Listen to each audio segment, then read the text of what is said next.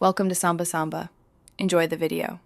You start now, back up any playlists or files so you can restore content if needed. Once done, put the device in airplane mode or turn off Wi-Fi and cellular to stop ad fetching.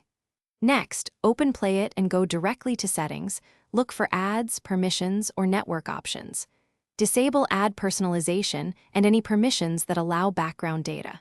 This immediately halts more ads and lets you prepare for permanent measures. Once the app is offline and basic settings are adjusted, clear cache and app data to remove stored ad assets and trackers. Then use your device firewall or a reputable network blocker to blacklist Playit's domains and prevent background connections. Make sure to revoke permissions that enable ad overlays, draw over apps, or auto start at boot. These are common ad vectors.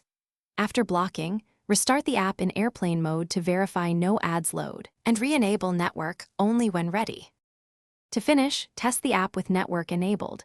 If ads persist, uninstall Playit and reinstall from a trusted store, or choose an ad-free alternative.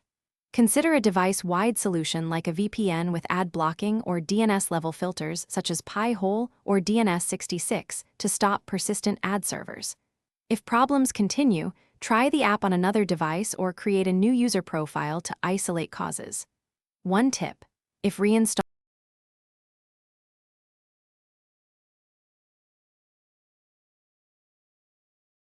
Thanks for watching. Consider subscribing if we helped you.